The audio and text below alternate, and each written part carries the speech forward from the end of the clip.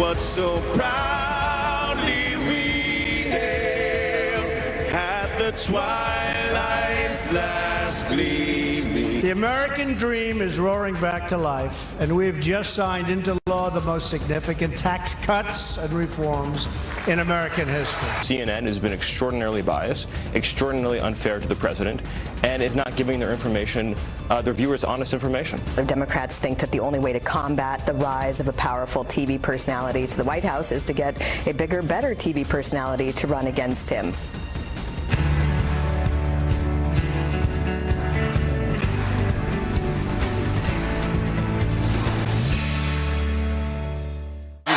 Trying to make up for it. Fires to the end zone. Touchdown! Alabama wins! And while you were sleeping, the Alabama Crimson Tide pulling off a stunning comeback win over the Georgia Bulldogs to claim the NCAA national title in overtime. What a game it was. Alabama playing their freshman quarterback in the second half, who delivered the 26-23 win.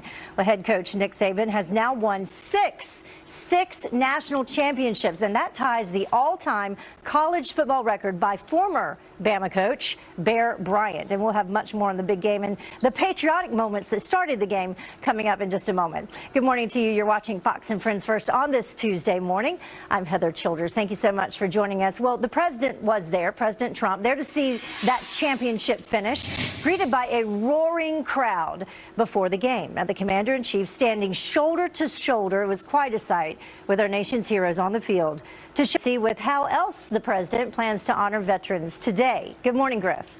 Good morning, Heather, and what a game. A freshman quarterback, freshman leading rusher, and freshman receiver catching that ball, and the president there to take it all in, honoring service members, and he will continue to honor them this afternoon, signing an executive order entitled Supporting Our Veterans During the Transition from Uniformed Service to Civilian Life. Now, on the way down to the game earlier in the day, the president stopping at what he called God's country in Nashville, addressing the annual American Farm Bureau's convention, calling for respect for the flag and the national anthem.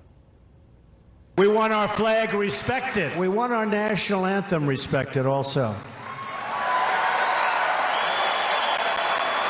There's plenty of space for people to express their views and to protest. But we love our flag, we love our anthem, and we want to keep it that way. It was the first appearance by a sitting president in a quarter century, where he was joined by the Secretary of Agriculture, Sonny Perdue, and a group of Tennessee lawmakers connecting with the nation's heartland, hailing the benefits of the tax overhaul for family farmers and rural America. On NAFTA, I am working very hard to get a better deal for our country and for our farmers and for our manufacturers.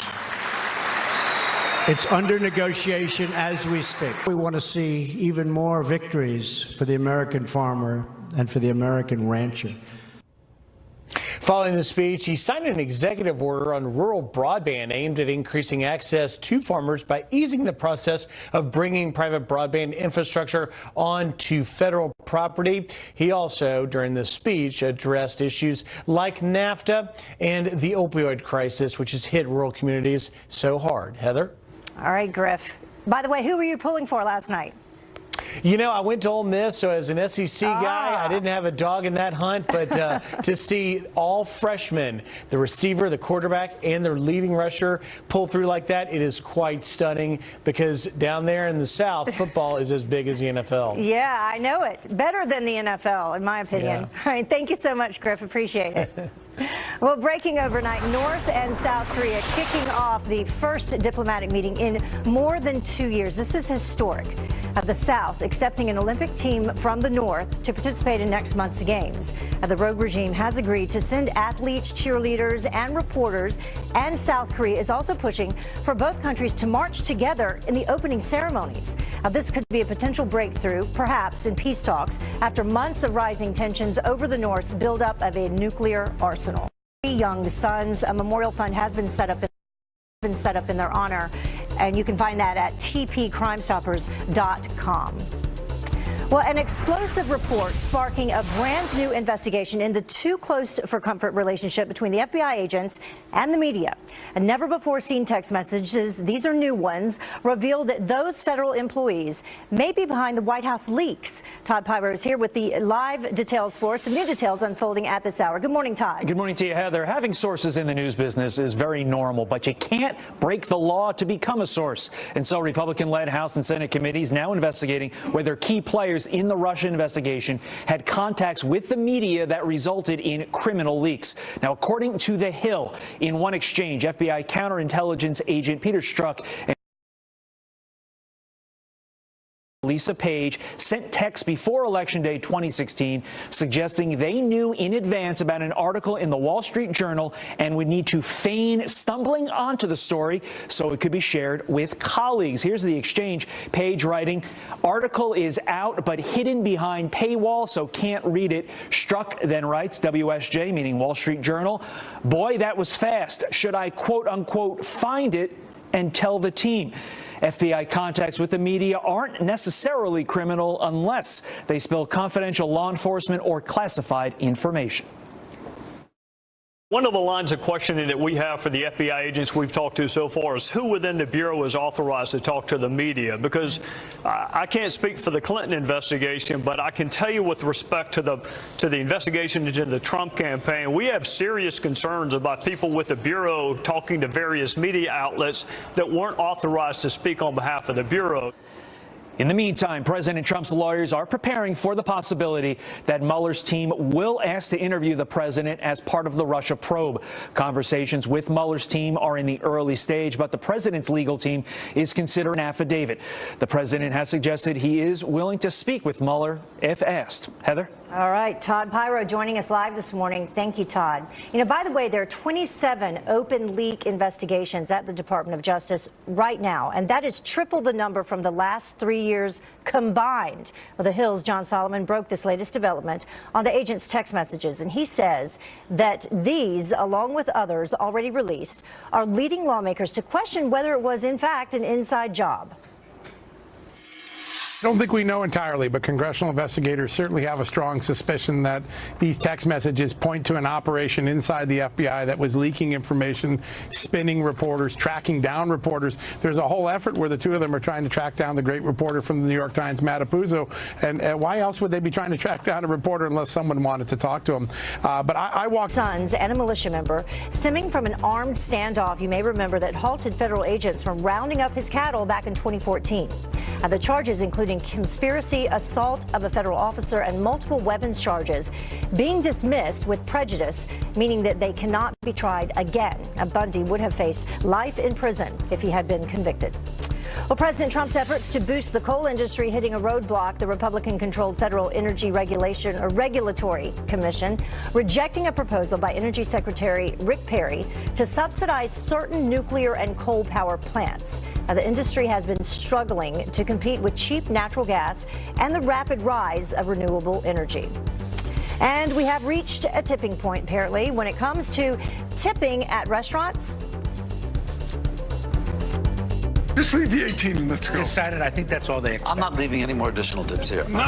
I'm protesting it. I swear to you, I'm going to protest it. I don't think it's right. I'm going to follow your lead. It's a good protest. Well, it turns out a lot of people agree. According to the 2018 National Dining Trends Survey by Zagat, 43% of people surveyed want to get rid of the practice altogether, even if that means hiking up menu prices. And that brings us to today's Brew on This question. We want to know, would you rather pay more for your meal or tip your server? Email us at friendsfirst@foxnews.com or let us know by weighing in on Facebook, Twitter, and Instagram, and we'll share your comments a little bit later in the show. Well, the time now is about 10 minutes after the top of the hour, and Democrats set out to prove America needs more regulations to keep us safe from guns. No such luck. How their test just backfired big time. And Apple under new pressure to stop smartphone addiction in children. But is it really the company's responsibility? A reality check for concerned parents. And President Trump doing what he does best, taking his pitch straight to the people. Coming up, a farmer who was in the crowd in Nashville joins us live. There she is. Hello, good morning. Joins us to explain why the president's words give her family new hope. Looking forward to it. His words from President Trump as he rallies farmers in Nashville. In every decision we make, we are honoring America's proud farming legacy. Years of crushing taxes, crippling regulations, and corrupt politics left our communities hurting, our economy stagnant, and millions of hardworking Americans completely forgotten. You're forgotten no more. So what did the farmers in attendance think of his speech? Let's ask one. North Dakota farmer Val Wagner, who was in the audience for the president's speech, joins us this morning. Thank you so much, Val. Really appreciate it.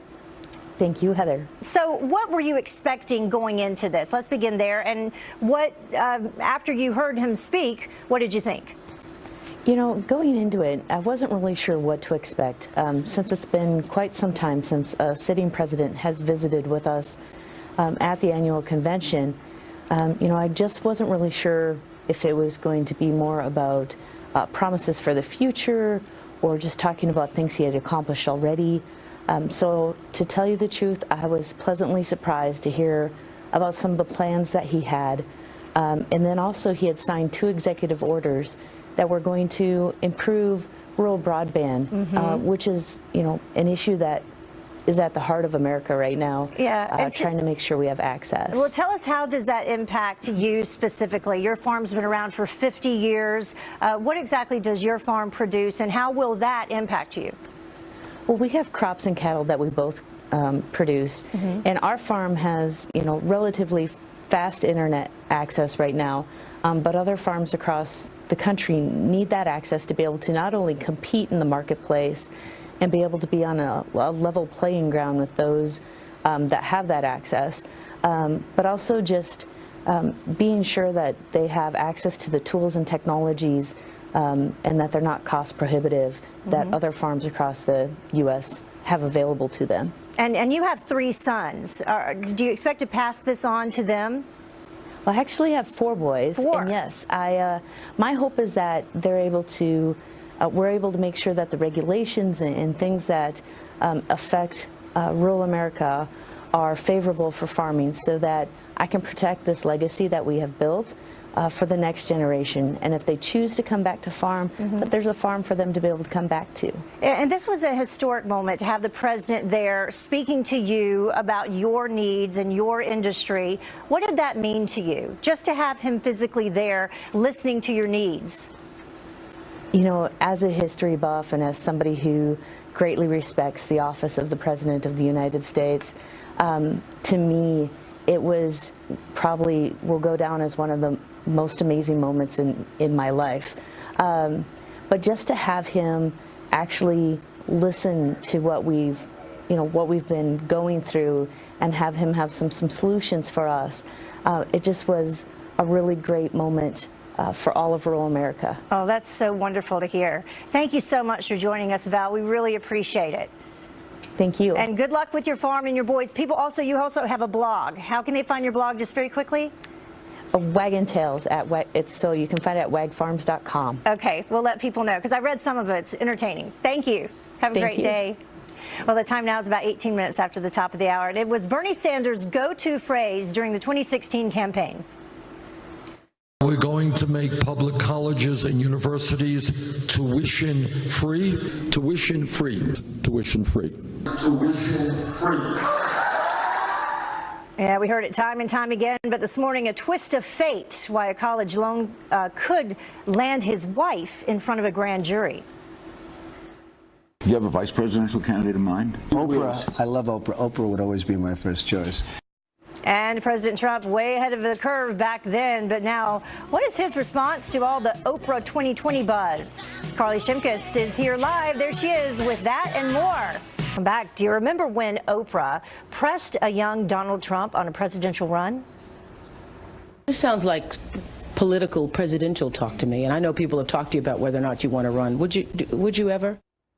Would you ever? Well, as the left gushes over her potential political future, the Trump administration is welcoming the challenge. Carly Shimkus with Fox News Headlines 24/7, Sirius XM 115 is here with response from the White House. Good morning, Carly. Good morning, Heather. Well, following her rousing speech at the Golden Globes, calls for Oprah to run for president have reached new heights and have even garnered a response from the Trump administration. White House spokesperson Hogan Gidley said in a statement, "We welcome the challenge, whether it be Oprah Winfrey or anybody else." Now, NBC faced backlash yesterday for appearing to endorse Oprah, tweeting, "Nothing but respect for our future president." Well, they have since deleted that tweet and explained it a bit, saying a third-party agency posted it. It was in reference to a joke made at the Golden Globes and not a political endorsement. Now, two of Oprah's closest friends have told CNN that Oprah is strongly considering running for president, and whether politics are in her future or not, she is certainly cashing in on all the attention. Weight Watchers stock jumped 12% yesterday, which means that she made a reported $36 million. Can you believe it? Wow, just from that? Just for that speech and all the attention. Right. So speaking of maybe being out of touch with reality and how the rest of us live, Mika Brzezinski had this to say, right? That's right. This? Take a listen. I had some friends that went to Paris over the holiday, and they said they were viscerally... Paris, Texas, right? Paris, France. Oh, Paris, France. And they said they were just viscerally embarrassed to be Americans. They said it was the first time that it was sort of chilling, that they didn't even want to share where they were from. So, embarrassed to be Americans with Trump in the White House. A lot of folks on social media fighting back. Kyla says, when you have no American pride or principle left, then yes, you become an embarrassment. So she's seeing a lot of criticism for saying that. So move. All right. So H&M, what's the problem with H&M? They're apologizing? They're under fire for this ad that shows an African-American child in a sweatshirt that says, "Coolest monkey in the jungle." A lot of people say that this ad is racist, including R&B singer The Weeknd. He announced that he's ending his partnership with H&M, tweeting, "Woke up this morning shocked and embarrassed by this photo. I'm deeply offended and will not be working with H&M anymore." Well, the company released a statement saying the image has been removed from all online channels and the product will not be for sale in the United States. This, of course, causing a lot of buzz and backlash as well. One person tweeted, "Of the hundreds of people involved with the shoot, did not one think about this?" Talk about tone deaf. Come on. All right. Carly Shimkus. Yep. Live for us. Thank you so much, Carly. Thanks a lot. Appreciate it. Well, the time now is about 25 minutes after the top of the hour. And Republicans and Democrats just hours away from meeting with the president to hammer out a deal on DACA and the border wall. Are Democrats ready to compromise? We are live with the latest on the negotiations. We are proudly supporting the men and women of law enforcement, including our wonderful ICE officers and Border Patrol agents. Well, President Trump showing his support for our men and women in uniform since the beginning. In honor of National Law Enforcement Day, our panel of police officers breaks down how the president has changed the anti-police culture in America. Welcome back. Half past the top of the hour. You're watching Fox and Friends First. So President Trump holding a critical meeting today with lawmakers to hammer out a deal on DACA and border security. Just hours after 250,000 Salvadorans lose their protection status. Kelly Wright's live for us in Washington, D.C. with what we can expect today. Good morning, Kelly. Heather, good morning to you as well. So immigration will be taking center stage as lawmakers discuss how to keep the government running financially by this Friday or face a possible government shutdown on January 19th. Because of that, some leading Republicans and Democrats from Congress are meeting the president today at the White House. President Trump wants a bipartisan resolution to the DACA issue, as you talked about, Heather, but the president's doubling down on the demand for building a border wall, well, is adding fuel to an already contentious debate with Democrats. We are going to end chain migration. We are going to end the lottery system, and we are going to build the wall. And we were going to hear from Senator Chuck Grassley there. He's a Republican who spoke from the House floor, the Senate floor yesterday, and he said that our bill adds new Border Patrol agents, U.S. attorneys, and judges to make it easier to apprehend, prosecute, and deport illegal entrants and criminals. But the Democrats are blasting the president and Republicans for making what they call unreasonable demands on border security. Over the past year, the White House has much more frequently been a disruptive force rather than a unifying force. To throw down a list from the hard line wing of the White House at the last minute. So compounding the potential showdown, the Trump administration has announced that it is allowing the temporary protected status for 200,000 Salvadorans to expire, meaning those who came to the U.S. after experiencing natural disasters like earthquakes in their homeland will have to leave the U.S. in 2019. That's another development putting a greater wedge between Democrats and Republicans. Also, the president and the lawmakers will discuss the need for Congress to bolster defense spending cut during the Obama administration. House Majority Leader Kevin McCarthy says it's needed to keep America safe. So a lot on the plate this morning for lawmakers and the president. Heather. All right, Kelly Wright. We'll see if something gets done. Thank you so much. All right. Well, you will remember we talked a little bit about this yesterday. Democrats voted for a hard physical border barrier back in 2006, including Barack Obama, Hillary Clinton, and Joe Biden. Their argument now is that ending chain migration and ending the diversity lottery would prevent a lot of decent people from coming to the United States. Well, Stephen Miller, White House senior policy advisor, says that as a country, we have a right to pick and choose who we let in.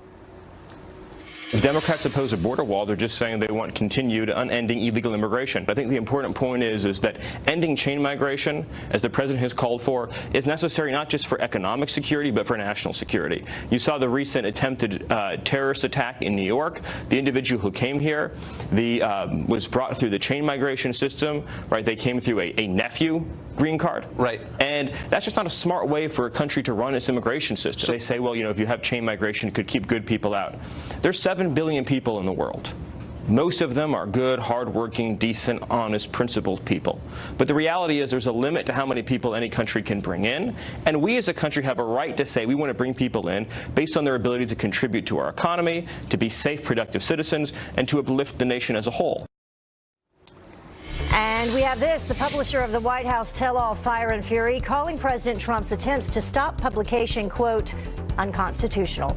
In an email to employees, the CEO of Henry Holt & Company says that they have no intention of honoring the president's cease and desist letter. He told staff that this was a First Amendment fight and about, quote, much more than the book itself. What do you think? And Hillary Clinton's top aide accused of lying under oath to the FBI. A brand new bombshell report revealing that Uma Abedin backed up emails on her ex-husband's laptop after leaving the State Department on January 20, 2013. According to the Daily Mail, a month later, Abedin went out of her way to save messages on Anthony Weiner's computer, but told the feds that she did not archive exchanges from Clinton's private server. Who else lied to the FBI, and what happened to them? Michael Flynn? Well, former GOP presidential candidate Mitt Romney facing a good prognosis after being treated for prostate cancer. An aide says that Romney had surgery over the summer in California, and doctors found the cancer had not spread. The news comes amid speculation that the former Massachusetts governor plans to make a run for Senator Orrin Hatch's seat in Utah. Now, from the beginning, President Trump declared himself the law and order candidate, and he sent a clear message that America honors our heroes in blue. We respect and cherish our police officers and our firemen and all of our uniformed service. The President of the United States has your back 100%. We are proudly supporting the men and women of law enforcement, including our wonderful ICE officers and Border Patrol agents. They're doing a great job at the border, by the way. And as we honor Law Enforcement Appreciation Day today, recent reports show that line-of-duty law deaths dropping and crime in major cities plunging. So is this thanks to the president's pro-police message? And joining me now to discuss is former Nashville police officer Vincent Hill and retired lieutenant detective for the Nutley, New Jersey Police Department, Steve Rogers. Great to have you both with us here today. Thank you very much. Thank you. Thanks for having me, Heather. So, Vincent, I'll start with you. And as we discuss this, we can pull this up on the screen for people at home. The line of duty deaths that we were just talking about down 125 deaths in 2017, 148 in 2016. That's a 33% decrease in firearm-related deaths in 2017. So who do you attribute that to, or what do you attribute that to? Well, I think it does definitely go back to President Trump. I mean, for 8+ years, we had an administration that made police the bad guys to a large demographic of this population. But with President Trump, he said, hey, law enforcement are our friends. They're here to keep our streets safe and to bring law and order to this country. So one of the first things the Trump administration did was to give police not only the authority, but more of the equipment that they needed, that they were stripped from the Obama administration to actually fight crime. And that's what it's all about. It's not making police the bad guys. It's about protecting the streets and making the streets safe. Absolutely. Well said. So, Steve, we can also show people the crime that's been down under President Trump, and people can read this for themselves, the different areas. New York, one of them there, down 5.2%. Washington, D.C., down 12.4%. This is good news. Do you expect this to continue under the Trump administration? Oh, absolutely. Look, the Obama administration left a chilling effect on law enforcement officers all across this country. The Trump administration thawed that chill as a result of the president standing up for law enforcement officers from a federal level to a local level. So you're seeing this trend develop over the next few years, and it's going to continue. We're going to see a lot of safer cities, and we're going to see police officers begin to work very well with the community as we move forward. You know, and Vincent, you both actually know firsthand what it's like to be out there and to feel not appreciated. And tell us how law enforcement feels now, like the difference, the feeling inside when you go out there to do your job. Vincent? Well, listen, Heather, I think it's a sigh of relief, really, right? Because, you know, again, 8+ years of police being the bad guy. Anything that happened with police, they were automatically the bad guy. But they don't have that with this administration. So I think there's a sigh of relief in police departments across this country to say, yes, I can not only do my job, but also be supported in doing my job. Because let's be honest, police is not a pretty job. Sometimes you have to use force, but it doesn't necessarily mean it's always racial or excessive force. And you have an administration that supports police. Yeah, and Steve, it's a dangerous job to go out there and, you know, on any given day, not know if these people are going to return home to their families. They leave them behind to go out and do a job to keep us safe on the street. So it makes a tremendous difference, right, when they know they have the support from the very top down?